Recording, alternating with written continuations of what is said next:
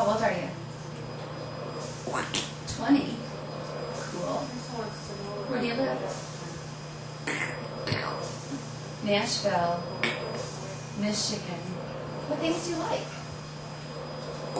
Sports. I see you have a Tigers shirt on. Do you like the Tigers? What else? The Red Wings. Is that all? The Pistons. Big sports fan, huh? What don't you like? The hospital. Why? Because who would, right? My name is Lori, and this is Jacob. You say hello. And we thank you for taking time to visit us. We are Michigan families with disability. We're parents, children, brothers, sisters, aunts, uncles, and grandparents. We want to share our stories with you, our elected officials, to raise your awareness of who these Michigan budget crisis cuts really affect. Addressing the budget crisis should not be dealt with as a partisan issue. It is an issue of values. This is not isolated to the state of Michigan. All state Medicaid programs share information, even information about how to limit dollars for the unseen and unheard populations. All states will feel the effects of this. No one is immune. Families all over Michigan care for disabled, young and old alike. One of the things that's in jeopardy with Medicaid budget cuts are these sorts of disposable supplies. This particular syringe that I'm pushing on right now is a 60 cc catheter tip syringe used for flushing, feeding tubes, or bolusing. And it pushes very, very hard. And the reason that it does is because this is disposable equipment. So in an institutional setting, these things would be thrown away after single use, or maybe daily use. But we use them as families in home and community-based settings on an ongoing basis. I will use this syringe until it breaks.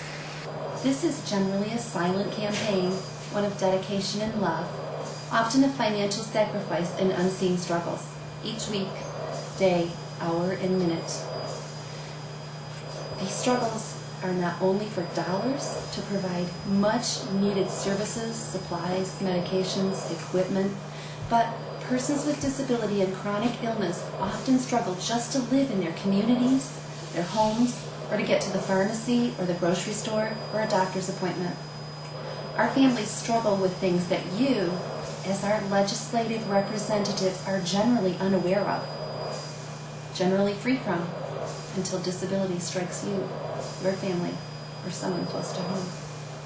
Please take time to hear our family stories, and remember, as you make decisions about public funding across the age spectrum of long-term care, you must not continue to cut Medicaid, as you have, limiting access and reducing services.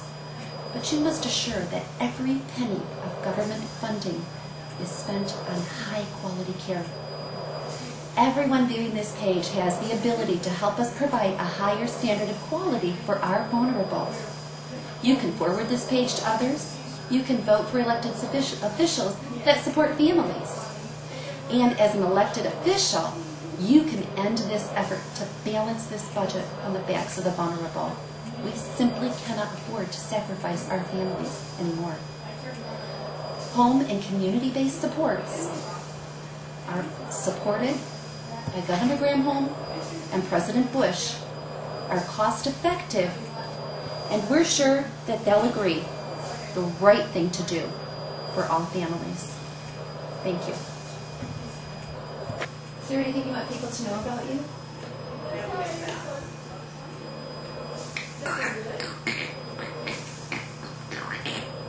It's hard to live with disability. Why's that?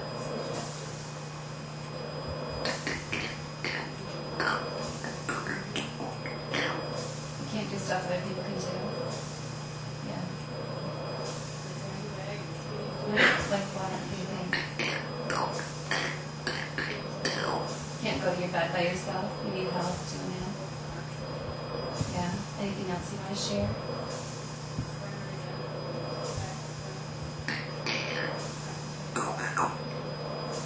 Can't go out by yourself.